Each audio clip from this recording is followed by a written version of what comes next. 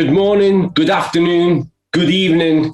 Welcome to this edition of Meetings of Minds on this July day when I'm sure everybody is busy. You've probably got a lot of stuff going on personally, certainly professionally, embracing the summer months. So we really do appreciate you taking time out to join us today for what I promise will be a fascinating session. As someone who's been in and around sports performance my entire life, really, and certainly for the majority of my career, I know the importance of key players. So for in a game of rugby, we want a really strong fly half. We want a key performance prop. In football, we want that centre mid. We want that person up front who can score you goals and make a difference to the outcome of the game.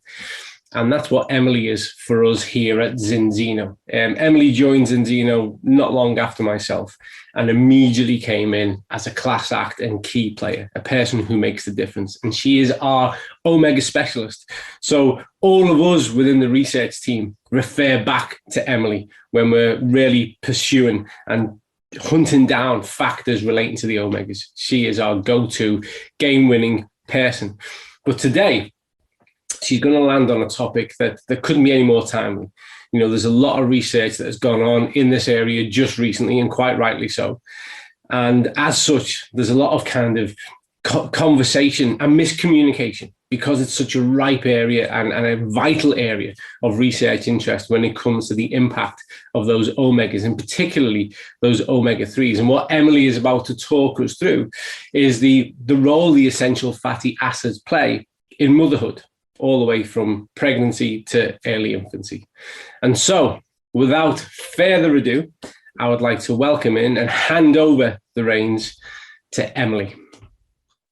Okay, thank you for that introduction, Colin. I have a PhD in food and nutrition, and I love, my special interest is in essential fatty acids.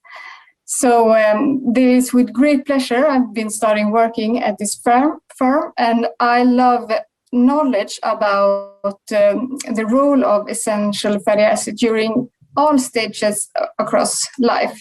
And motherhood is one of those periods of life where the essential fatty acids play a extra special role and an important role.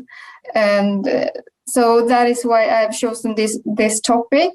And I have also chosen to focus a bit more on the health of the mother. We know that these fatty acids, omega-3 and omega-6, are important for the child as well. But this area is so huge. So we have to take the information about the child health and the potential risks or benefits with the mother's levels of omega-3. We take that in our next session. You have to invite me back for that. So I would like to start with just go through the essential fatty acid, what it is. And as many of you already know, there are two families of the essential fatty acids, the omega-3 family and the omega-6 family. And the ones that we are going to focus on today is the omega-3 fatty acids, EPA, and the other omega-3 fatty acids, DHA. And these are the marine fatty acids. We can get them from fish or from algae. And we have also, from the other side, we have the omega-6 arachidonic acid, or AA, that I'm going to mention. And very simplified, we say that arachidonic acid is more related to inflammation. It has these pro-inflammation properties. And although inflammation is really good and important, we need to have balance between this player and the other omega-3 on the other side here, EPA, to balance off our immune responses or inflammatory responses. And then we have DHA. And both of them have many different properties, but one thing that we're going to focus on today is the building block, the capacity of DHA to be a building block, especially in the brain of the mother and the fetus and the baby. So let's continue. Here I would like to show you the pathways that these fatty acids, DHA and EPA, take. So when we eat, these fatty acids will come through the digestive system and end up in our blood. And here they can circulate around our most important organs and donate or be absorbed into those, but also to our reserves, our fat stores, and other tissues. And for example, it's in the blood that goes through our bones and our bone marrow is also where the new red blood cells are being born. And if you have a lot of DHA and EPA in the bone marrow, you will get red blood cells with more omega-3s in their membrane. So this is the route for the EPA and DHA. And the known benefits, we have, as you know, the Food Safety Authority, EFSA, and they have this approved health claim. So we know that DHA and EPA have the beneficial contribution of normal function of the heart, the normal blood pressure, normal blood triglyceride levels, and the DHA contributes to normal brain function, normal vision, and then we have these two regarding maternal nutrition. So the European Food Safety Authority stressed that DHA contributes to the normal brain development of the fetus and normal development of the eyes of the fetus. And to obtain these beneficial effects, you need to consume, according to European Food Safety Authority, 200 milligram DHA in addition to the general recommendation of 250 milligram.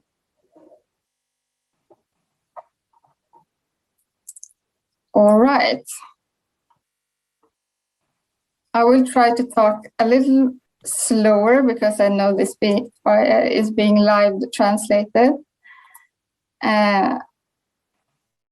Yes, and before I start, I also want to make you aware of that the focus are going to be largely on DHA when we talk about pregnancy and lactation and health during this period. And also, this is a common picture that you will see if you, for example, Google essential fatty acids and motherhood.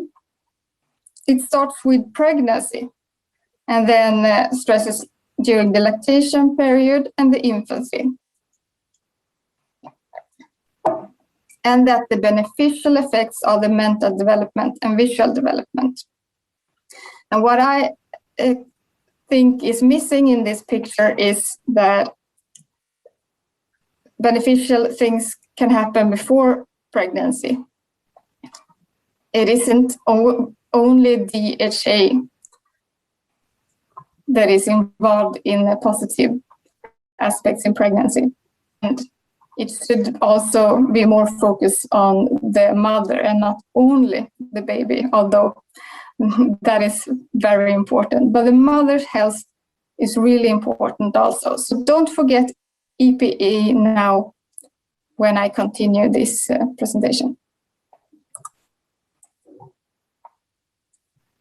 So before pregnancy, could there be anything important with starting and having a good balance, a sufficient balance or sufficient amount of omega-3 within your body before trying to become pregnant? And there's no studies that have studied this directly, cause-effect relationship, but there are a lot of studies that study conditions that we know affect, for example, fertility. So EPA and DHA have been related to the condition of endometriosis, for example, and that is a condition that will impact a woman's fertility. And that's a painful condition that affects many women. And we also know that amongst the infertile women, about 25 to 40% of them have an endometriosis.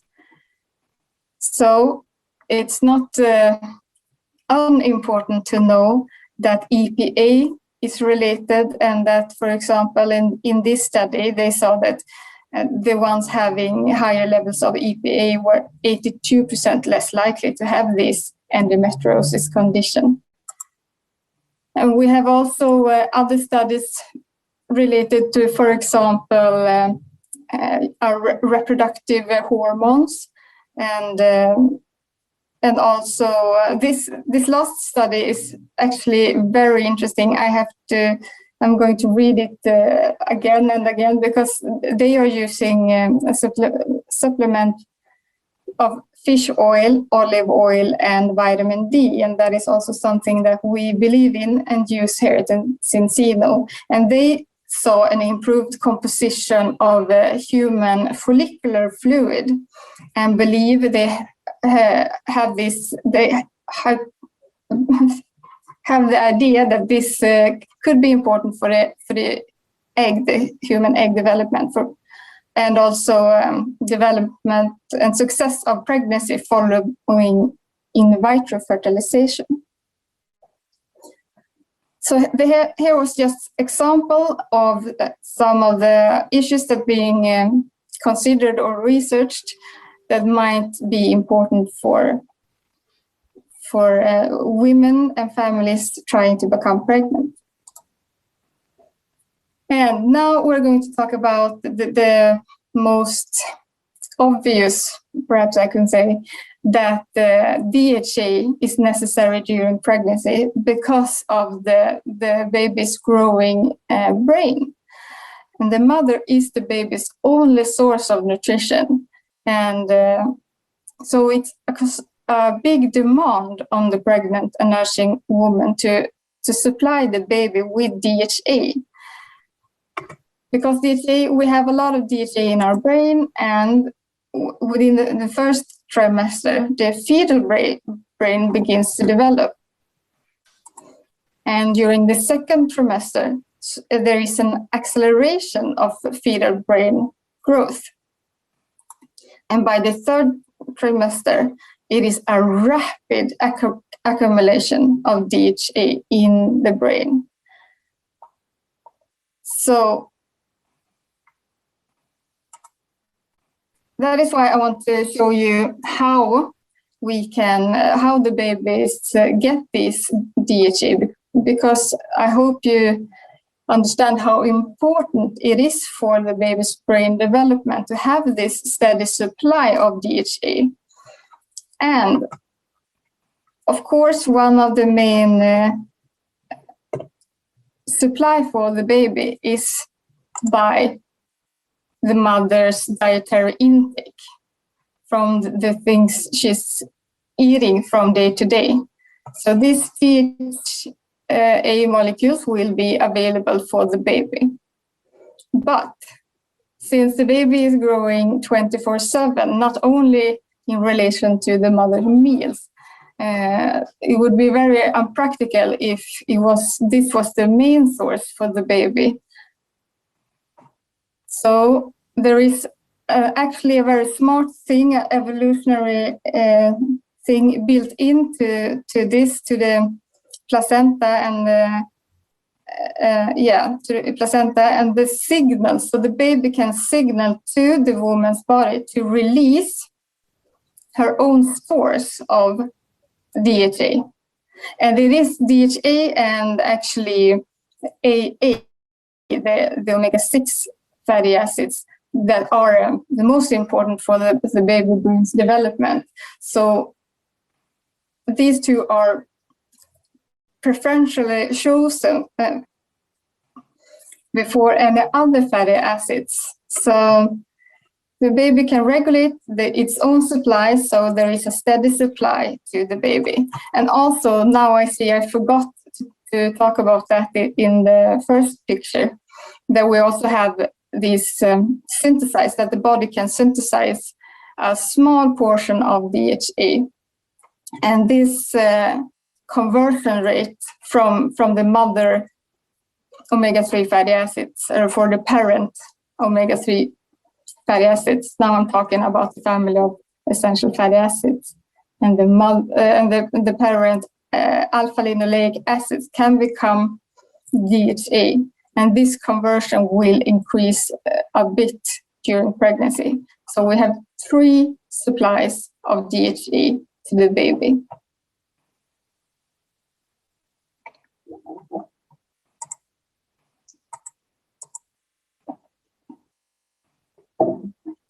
And since the baby can signal to the mother's own supply to release its, or the mother's own stores and reserves to be released into the mother's blood, we actually are going to see this increase in blood plasma.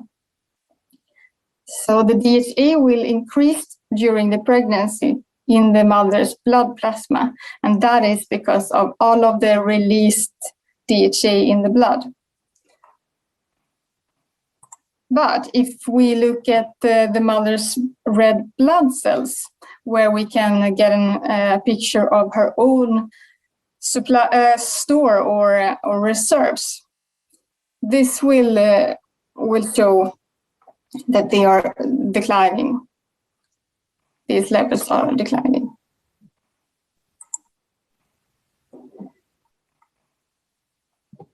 And I would also like to talk a little bit about the EPA and what some studies believe is the role of EPA, because it sounds to me a little strange that the DHA would be the only important fatty acids during pregnancy, because in nature we have DHA and EPA most often together in about the same, or EPA is actually often more than DHA in many natural foods that we eat.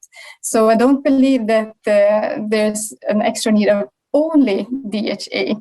And also this is the beliefs of research that have looked at this. This is the placenta wall, and this is the side of the mother, and this is the side of the baby.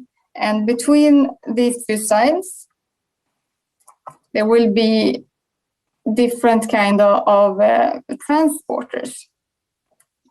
And these are the transporters that select DHA to be transported in front of before any other fatty acids. And it is believed that EPA may be involved in mediating this concentration and this transportation, and that EPA is the one that upregulates the number of these transporters.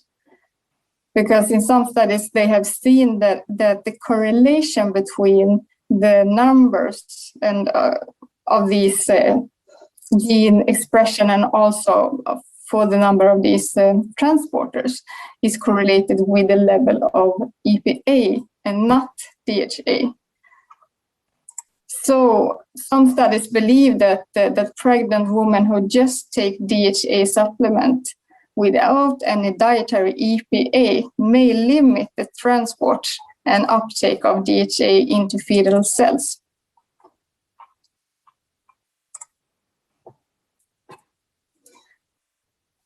And after pregnancy. So you have gotten a picture of that the DHA may decrease by as much as 50% in some individuals after one single pregnancy, and that studies have shown that some of these individuals not are replenished again. It takes up to 26 weeks. And this is from a Danish study where they had the baseline whole blood levels of 4.9, both group, a placebo group and an omega-3 intervention group. And the ones who took placebo had the lower whole blood values, because this is the natural, the baby who are taking so much of the stores. But if they supplemented, and this was with 2.4 grams, they had higher levels after pregnancy. But it is this group that I'm interested in, the low levels and the consequence, and that people need to be aware about.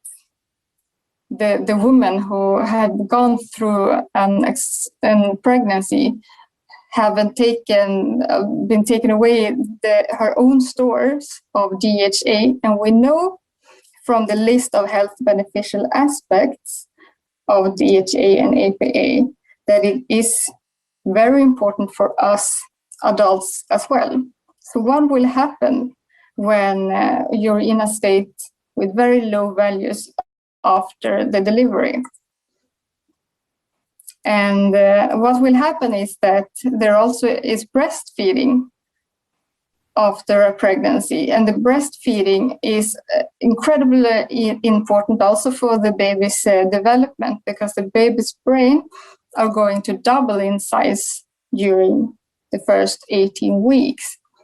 So the supply of DHA does not decrease, or the demand for DHA from the baby.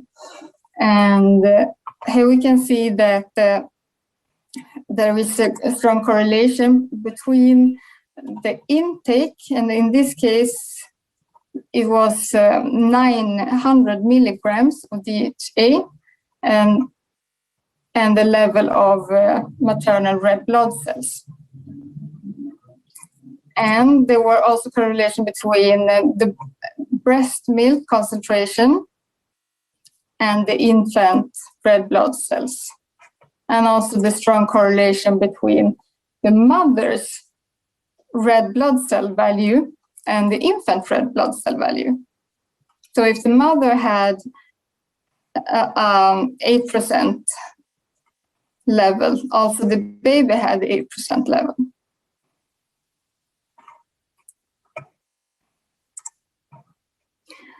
But then other aspects regarding this group that I showed you with low level, and that's been really studied, and there have been some major studies released in these past years. So there have been several meta-analyses and large RCT studies that consistently show that there is an increased risk for early preterm birth in women with low omega-3 fatty acid blood levels.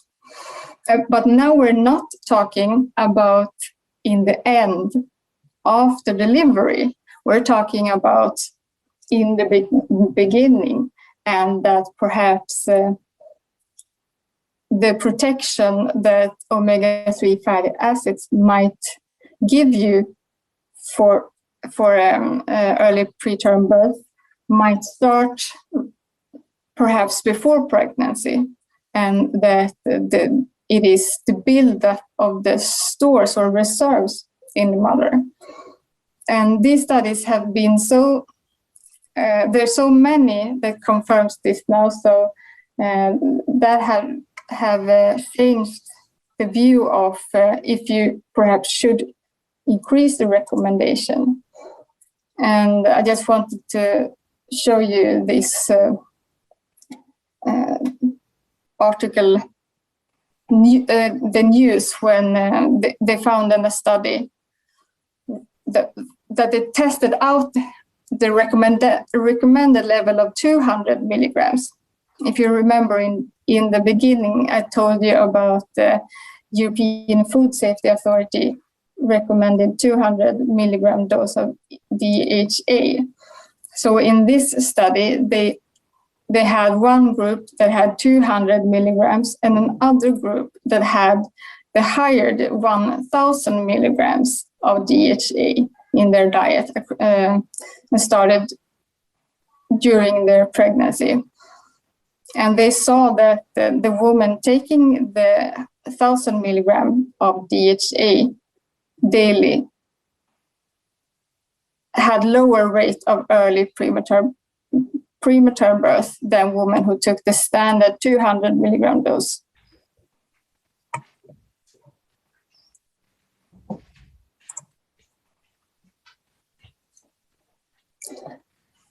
But back to the group that have very low status also after the delivery. And there is also a growing body of clinical and epidemiological evidence that suggests that low dietary intake and or tissue levels of DHA is associated with postpartum depression. And that the physiological demands of pregnancy and lactation put childbearing women at particular risk of experiencing loss of DHA from tissue, including the brain. And this is an incredibly interesting area. And I'm not going to go into in detail about the different studies because it's difficult to study the human brain. So there's no studies relating to the pregnant woman brain, except that they have seen how the brain can decrease in size through different kind of methods. We have another study where they could measure the symptoms, the perceived symptoms of postpartum depression. And by increasing plasma DHA by 1%, that decreased the symptoms by 59%. So the relation between DHA and depression is, there is association, and that there are many that want to have this recommendation increased and also get this information out there. Because the existing recommendation today and generally around the world are around these 200 milligrams of DHA daily, in addition to the general adult requirements. But we also have this most recent Cochrane review suggesting that an optimal dose of DHA supplementation for women with low DHA intake and low DHA status is likely to be between 500 till 1,000 milligram.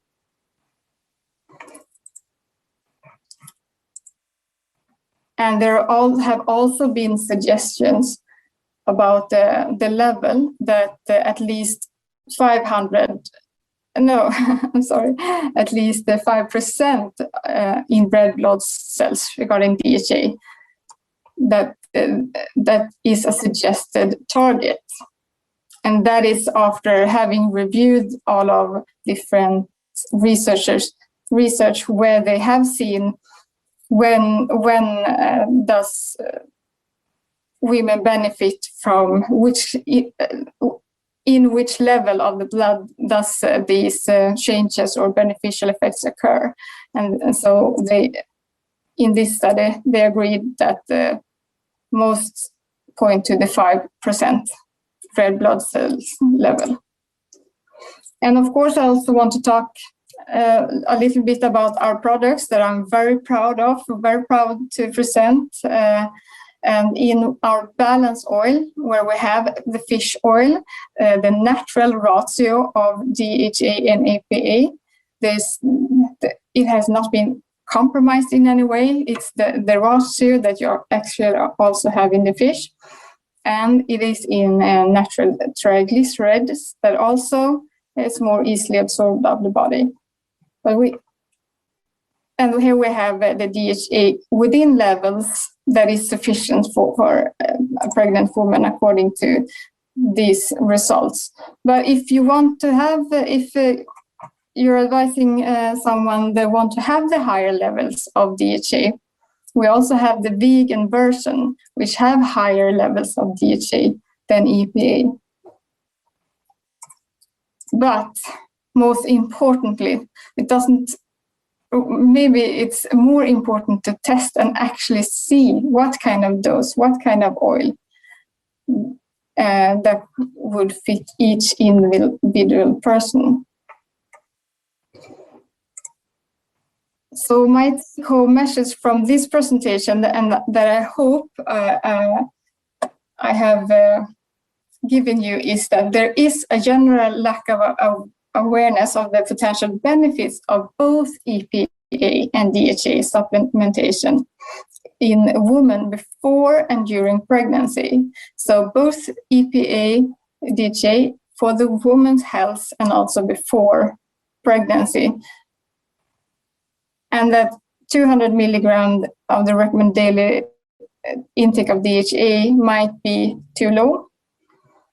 And that screening for EPA and DHA concentrations before, during, and after pregnancy should be the standard form of monitoring women, not only for the child's well-being and further development and for having a full-term birth or pregnancy, but also for example, depressive-related things, and to have the energy to be able to cope with the life after having a baby.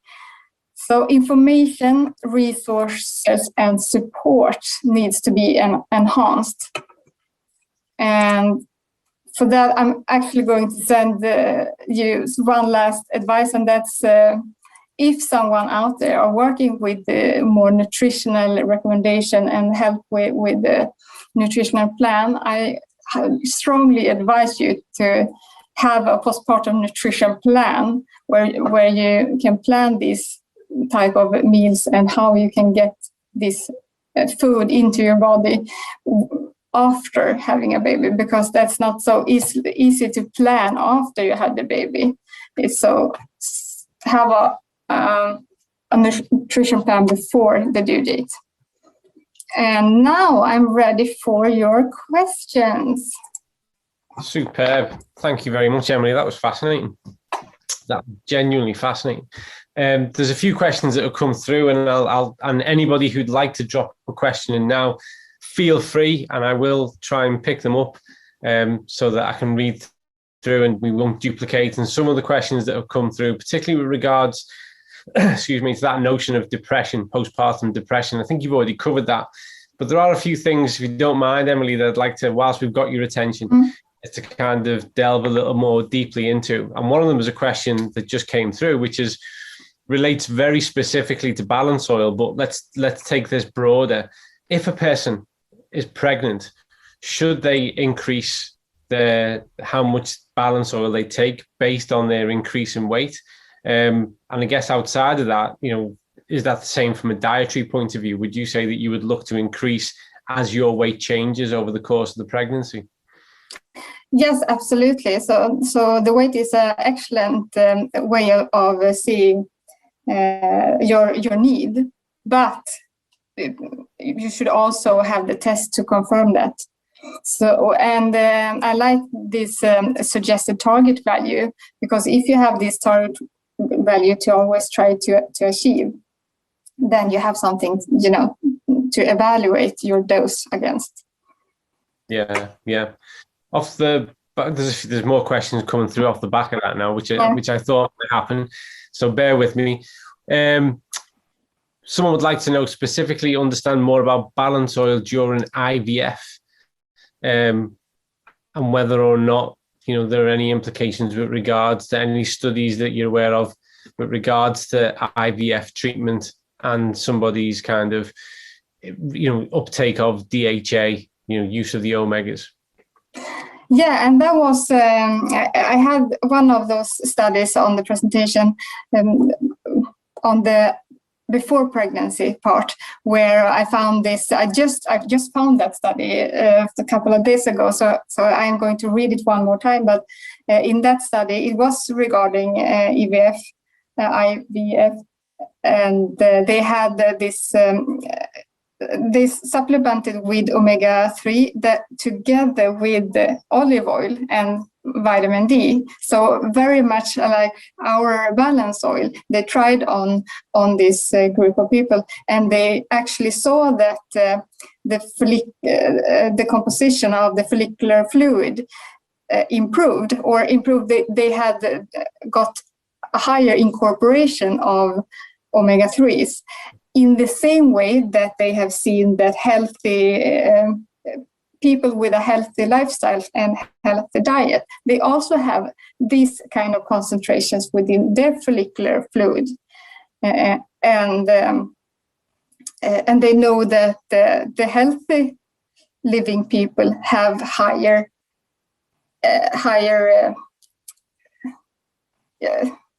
They have more success with getting pregnant, but they have not yet been able to. It was beyond the scope of this study to see if this improved follicular fluid composition actually would lead to the success.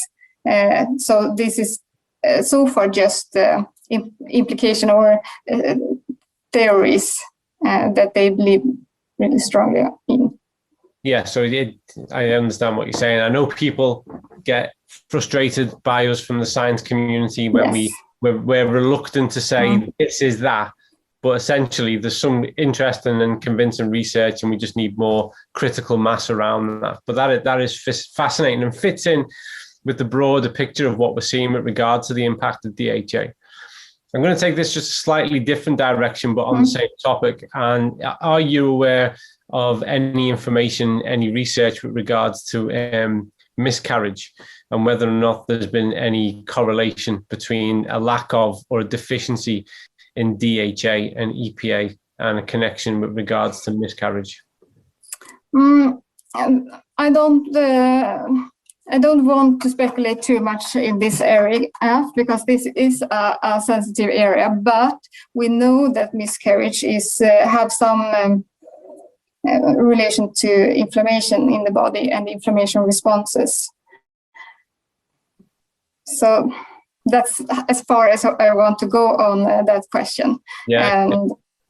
No, I appreciate that. And I knew it was a sensitive area to go into, but I appreciate you kind of responding to that. On a different note, let's just slightly take a different. I find this question interesting. I've probably got my own thoughts on this, but I'd be interested to hear yours first. As DHA is higher in the vegan balance oil, is it good to take vegan before going to sleep? Is it better for the brain cells? Oh, okay. I don't know. No, I don't think that's an interesting question.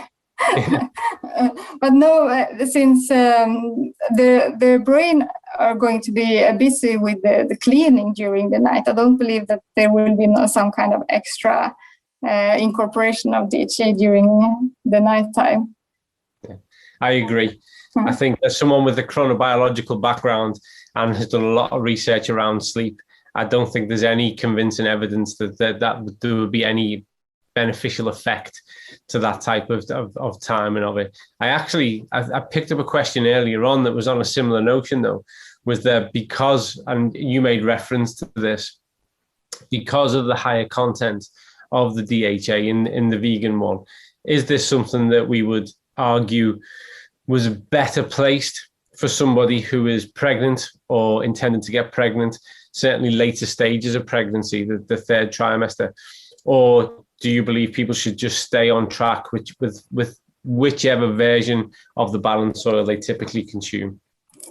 Yeah, I don't think there is something extra beneficial with taking away the EPA. I think it's important to ensure that you have the right amount of DHA, that you look to the label and see, does this have the right amounts of DHA? But if it's at the same time have the extra EPA, that's not a problem. And so if you have your dose according to your weight, and perhaps you have a very low weight, and you will see that your fish oil doesn't reach the suggested level, then increase the fish oil. You don't have to change to the vegan if you don't want to. But that's, yeah, as you wish, just see to come up to the recommended DHA level, and also take a blood test if you're unsure. Great. On that note, somebody's asked a question about the test. Someone always does, which we're happy to answer, because the test is a huge part of what gives us our objectivity and eliminates us bias. So can you please explain the details of the test analysis? Where does the specialist investigate omega-3 concentration in the red blood cells, membrane, or where? Over to you, Emmalee. Okay, I maybe didn't understand all of what you said, but perhaps I will answer that with my answer anyway, because we measure whole blood. So you have these, you have in the blood, you have the, I forgot the name, the fluid, you have the red blood cells, and you have the plasma. Plasma, thank you. That's why we're a team, folks. Yes, we're here to help each other. So some doctors measure the plasma, and that's an excellent measurement to see your, for example, your fatty acids during the day, what you have eaten during the day. But in the red blood cells, you will see what you have been consuming over a long period of time, because that will show your habitual intake of these fatty acids. And we measure both. So we have the whole blood that we measure. So we will get a picture of both the everyday, the daily, or so if you can actually, we have actually tried this at the office.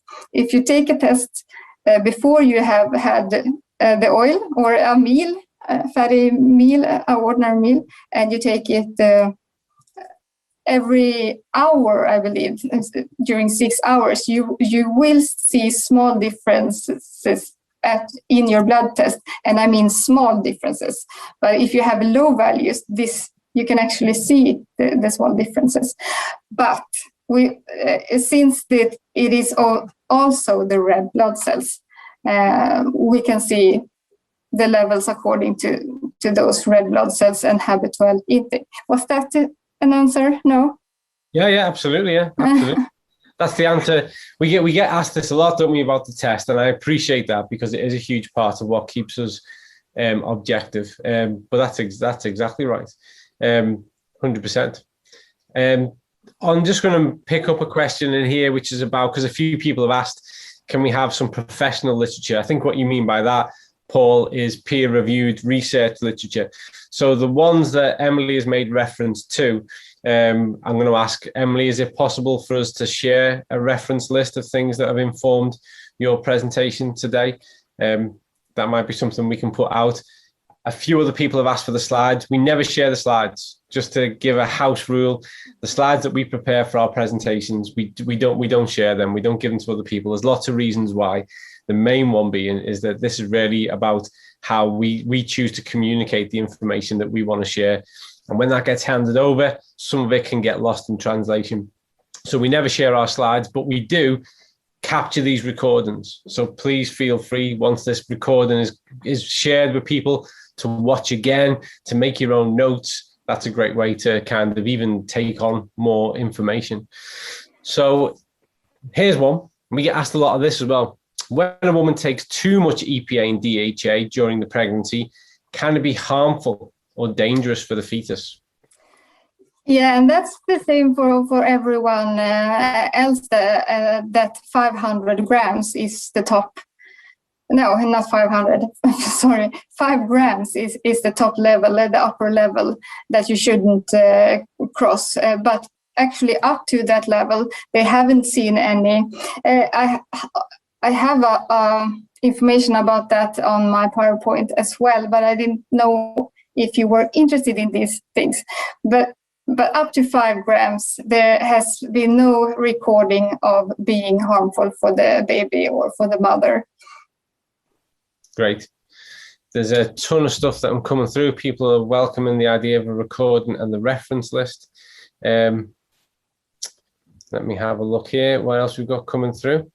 I'd like to ask a question, because this is something that concerned me personally, and hopefully this will resonate with other people. I spend a lot of time looking at factors that relate to cognitive performance. And we know that over the past 50 years, and this might sound quite sensational or deliberately provocative, but I don't mean to be. We know that over the past 50 years, average IQ in Western industrialized nations has gone down year on year. Average IQ, cognitive performance, intelligence performance markers have gone down. At the same time, we've seen this huge shift in our diet, and we're well aware of the fact that there are certain deficiencies around brain development, DHA, that play an important part in that development. This is just from your point of view and your opinion, do you think there's a correlation in those two factors, or are we just seeing, is one the product of a change of education rather than a change of physiological maturation of the brain, or do you think they're related? I think there's a lot of reason why, but I definitely think that this is one of that this is influencing. Absolutely. Right. I could, if I was the kind of person, I could press on that and we could explore that a little bit more. But I genuinely think that this is playing a huge part in what's going on. And interestingly, we've got a few friends and colleagues on here from Australia. They recently changed their medical advice with regards to DHA and are now, not just DHA, omega-3, and encouraging and, really proactive with this strategy for people who want to become pregnant and who are pregnant. What do you think, Emmalee? Are we going to see, is this going to be the start of the global rollout? Yeah. Yes, good job, Australia. I'm so happy. I'm so proud.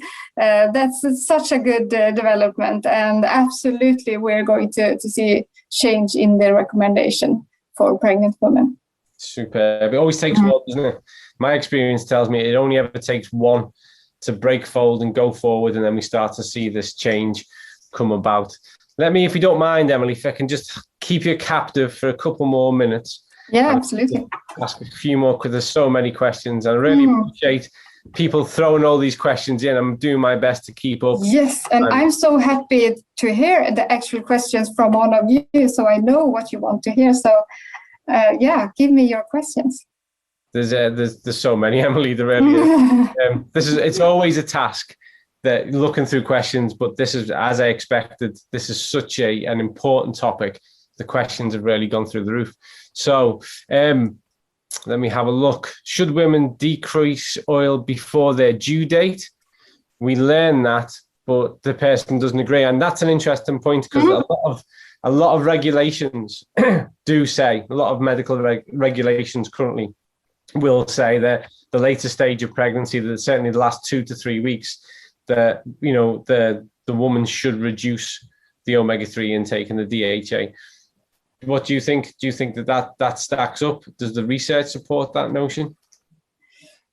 No, I'm not a doctor, so I'm not allowed to give that advice. So you have to follow your doctor's advice regarding this. But since this up to 5 grams that they have been studying have not shown any difference, because it is they are scared about the bleeding, that it should be too much bleeding during the delivery, but there is no such connection when it's up to 5. And I don't know if they have studied with higher levels. I have not come across that. I have not looked into the even higher doses, what that could mean. But up to 5, there's no additional bleeding during delivery, and it's a safe. So no, I don't see why you should stop increasing. And one theory is that the mother's uterus need more AA. It gathers AA in the uterus because they need the strong inflammatory response and get all the muscles working during delivery. But I mean, EPA can also help in that, and that the uterus actually handle that. They have all, these smart kind of mechanisms that we have in our body. There is a mechanism for that as well. So I don't see any logical reason to why you should decrease before pregnancy, since it's so crucial for the mother to also have her stories. But in the end of pregnancy, in the end, the 2 weeks, 3 weeks before delivery, the demand from the baby is just skyrocketing. It's so high. And so it's so much of the mother's own stores that the baby will demand from that. So if you stop, no, I don't see the reason why. I think that ties into something else that was picked up earlier. Despite the fact that the global problem around nutrition centers on deficiency, it doesn't center on excess. And yet there are constantly these cautions put in place, whether it's vitamin D, vitamin C, omega-3. There's constantly this whole fear that's put in about having too much, when the problem is the exact inverse of that. The problem is global deficiency of these areas. And yet all the kind of fear mongering seems to be, don't take too much, and you're at risk of too much. Yes. And I find that fascinating, when actually it's a deficiency that we're dealing with. Yeah, let me have a look. Spot on. Let me have a look in this one, because there are even more questions. There's 2 areas for questions firing in, and I'm trying my best to make sure that I don't miss any. No, we've got all those ones. And let me have a look in here, because there's even more coming through. Is it possible to get a summary slide listing the benefits? As I've said, the recording of this will be shared. It will be put out there via the various means. So please, there is a little bit of a summary that Emmalee's already presented on that, and there's some key take-home notes that are on that. So please do watch again. I mean, personally speaking, when it comes to learning, and I've been through pretty much every kind of chapter of type of learning that you can imagine, my approach has always been to take notes, and if something was worth listening to or watching once, it's worth listening to or watching twice. So even for those people who've taken part today, please do watch through again. Particularly, there was so much information in what Emmalee has shared that there's so much more to draw from it and to put into context for us. So let me have a look here. And what I'm going to do, Emmalee, I'm going to finish with one question, and I'm hand picking this one because we get asked this a lot. And because we get asked it a lot, I'm going to ask it now. So, can you please explain more about the olive oil and the polyphenols and omega-3, why this is the key? And then talk more about stabilized omega-3 is important. This is the golden $6 million question that we get asked a lot. So, Emmalee, I don't think I've ever heard you answer this one, Emmalee. Okay. So this is for me. Yes, absolutely. Okay, we know that in the fish, the omega-3s are stable. They are stabilized within the fish. And what happens when we have to clean the fish oil, refine the fish oil, is that we have to take away the aspects from the fish that kept these omega-3 stable. So that is, the name is fluorotannins, if I say it correctly in English. That have in the fish kept these omega-3s stable. But we have to take them away during refining, and to replace this, to keep them stable, every fish oil manufacturer have to have some kind of antioxidant. So it can be a synthetic antioxidant, or it can be the natural form of antioxidant. And the usual amongst the natural form is vitamin E, and or most usual is mixed tocopherols. And that is something that we also use because you need to have that as soon as possible when you have done the cleaning. But for most brands, they are happy with only those mixed tocopherols to stabilize the fatty acids. But we know that these just stabilize the fatty acids in the bottle. They stabilize fatty acids in the bottle, but we also need to have them stable within our bodies when we are eating the omega-3s. And that is not the case when you have only mixed tocopherols, for example, only the antioxidants that keep them stable. So the researchers behind this oil looked at what was it in the fish that kept omega-3s so stable in the fish. So the fish can eat each other and have the omega-3s stable. We can eat the fish and have the omega-3 stable. What it is it in fish that we are lacking in the fish oil? And they saw this fluorethanin and the composition and the mechanism that fluorethanin had in the fish. So they looked, what have we in our surrounding that can that have the same abilities? And this is where the polyphenols from the olive oil came into the picture. These have the same capability of binding the omega-3s. They have the same kind of antioxidant capacity, and they are amongst the strongest antioxidant capacity that we have in our plant source diet. So they chose the best source with the highest amount of these polyphenols, especially hydroxytyrosol, and tried that out in a test and saw that it had this amazing stability ability.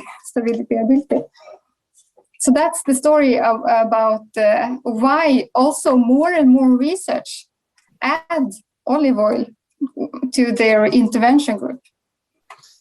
Emmalee, I think that is very typically you as the most clear and involved explanation of a process that I've heard. That's brilliant. I've made a few notes myself, so the next time I get asked, I'm going to pretty much replicate what you've just said. Okay. I think as we're on the hour now, I would like to, first of all, thank you, Emmalee. That was absolutely fascinating. What a hot topic. And I think you delivered that so well, and you provided such clarity. And the way in which you've gone through those questions and your responses, invaluable. So thank you very much. Secondly, I'd like to thank everybody who's taken time out in the middle of the summer to join us today for this Meetings of Mind. I'm sure you'll have found it really useful, valuable, and we'll return to it again.